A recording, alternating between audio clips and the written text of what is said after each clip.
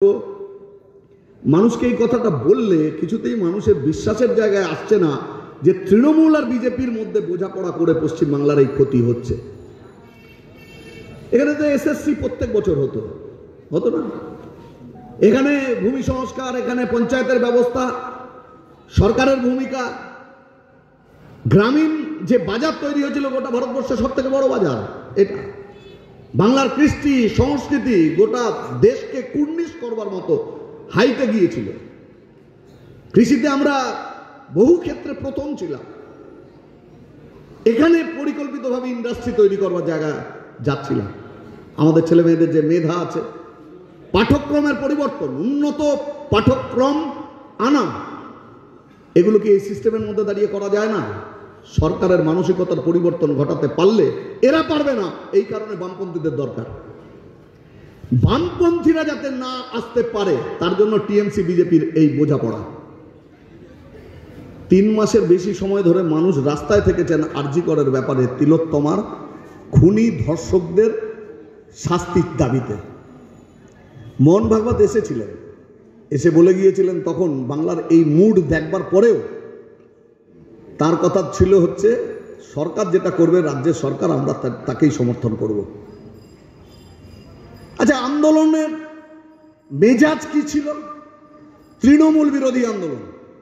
যে মহিলা জীবনে কখনো মিছিলে যাননি, মিটিংয়ে যাননি, রাজনীতি থেকে 7 মাইল দূরে ছিলেন, তিনি নিজে বাড়িতে বসে কবিতা লিখেছেন, স্লোগান লিখেছেন। আমাদের অল্প বয়সী ছেলেমেয়েরা যারা রাজনীতির ধারে কাছে নেই তারা রাস্তায় ছবি এঁকেছে, পুলিশ অ্যারেস্ট করেছে, জেল খেটেছে। স্লোগানে, ছবিতে, কবিতায় ঘরানার মধ্যে বাম ছাপ স্পষ্ট হতে থাকলো। বিজেপি হাইজ্যাক করতে চেষ্টা করেছে আন্দোলন। জনগণ বিজেপির কাছ থেকে সেই আন্দোলনকে সরিয়ে নিয়ে এসছেন। অরিজিৎ সিং এর ওই গানটা আর কবে আর কবে, গোটা পৃথিবীর যেখানে বাঙালি আছে সেখানেই লোক জানে, অনেকের মুখস্থ হয়ে গিয়েছে গানটা। চোখ বন্ধ করে কেউ যদি 60-এর দশক 70-এর দশকে গণনাট্যের গান, বিশেষত সলিল চৌধুরীর গানগুলোর কথা খেয়াল করেন, ভাবতে থাকেন, দেখবেন অদ্ভুত রকমের সাদৃশ্য, যেন সলিল চৌধুরী লিখছেন। তাহলে বাম ছাপ স্পষ্ট হচ্ছে। একটা আন্দোলন যা তৃণমূলের বিরুদ্ধে, যা বিজেপি যেখানে নেই। কিন্তু খেয়াল করে দেখুন, প্রথম দিন থেকে মমতা বন্দ্যোপাধ্যায়, অভিষেক বন্দ্যোপাধ্যায় সঞ্জয় বলে একটি ছেলেকে দায়ী করে তার ফাঁসির দাবি করে এসছে। আর সিবিআই তদন্ত হাতে পাওয়ার পরে মানুষ যখন ভেবেছে যাক এবারে অন্তত ন্যায় বিচার হবে, তিলোত্তমা শুধু ওর বাবা মার সন্তান না, গোটা পশ্চিমবাংলার বা গোটা ভারতবর্ষের অগণিত মানুষের সন্তান, তার বোন, তার বন্ধু হিসেবে তৈরি হয়েছিল এই আন্দোলনের মধ্যে থেকে। তাহলে তাদের মনের ভেতরের যে আকাঙ্ক্ষা, তাতে জল ঢেলে দিয়ে সিবিআই সারদা, নারদ, নিয়োগ, কয়লা, গরু, বালি সব কিছুর মতো এক্ষেত্রেও তৃণমূলের সিদ্ধান্তকেই শিলমোহর লাগালো।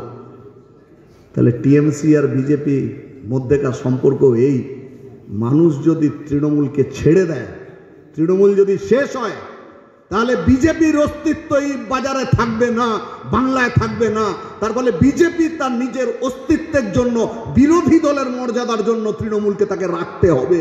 আর তৃণমূল এই পরিচিতি সত্তা, ধর্মীয় বিবাদজনিত কারণের জন্য বাড়তি ভোট পেয়ে তৃণমূল গভর্নমেন্টে আছে। নইলে 16 সালের পরে 21 সালে ওকে পাত্তারি গুটিয়ে চলে যেতে হতো। তাহলে ওরও বিজেপিকে লাগবে। আমাদের মানুষের কাছে বলবার সময় এসছে, এই রাজ্যকে ফেরাতে হবে তার পুরনো জায়গায়। আমাদের ছেলে মেয়েদের কাজের বন্দোবস্ত করতে হবে, আমাদের মানুষের পারিবারিক উপার্জন বাড়াতে হবে, মূল্যবৃদ্ধি কমাতে হবে। সরকার দর্শক হবে না, সরকার কর্পোরেটের তোষণকারী ভূমিকাতে থাকবে না। এই দেশকে রক্ষা করতে হবে, তার গণতান্ত্রিক ব্যবস্থা রক্ষা করতে হবে, ধর্মনিরপেক্ষতার আদর্শ রক্ষা করতে হবে, গোটা দেশের যে সংবিধান তাকে রক্ষা করতে হবে। এই বিরাট লড়াই, সেই লড়াইয়ে কমিউনিস্টরা সামনের সারিতে, ছোট হলেও তত্ত্বগত আদর্শগত এই লড়াইয়ে কমিউনিস্টরা সামনেই থাকবে। তার ফলে আরো অনেক শহীদ, তার তালিকা লম্বা হবে। এটা জেনে বুঝেই আমরা কমিউনিস্ট পার্টি করতে আসি। আরো অসংখ্য মানুষ কাল আসবে, পরশু আসবে। আর এই কারণেই এই শহীদদের স্মরণ করা, প্রতিটা সময় মনে রাখা কি কাজ আমাদের সামনে আছে, আমরা কি কারণের জন্য মানুষকে সংঘবদ্ধ করতে চাই, কোথায় আমরা যেতে চাই, এটা প্রত্যয় যোগাবে, বিশ্বাস যোগাবে।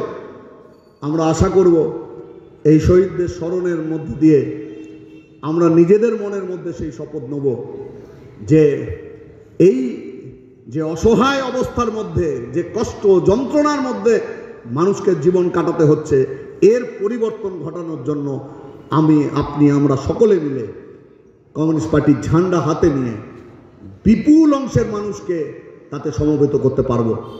আপনাদের সকলকে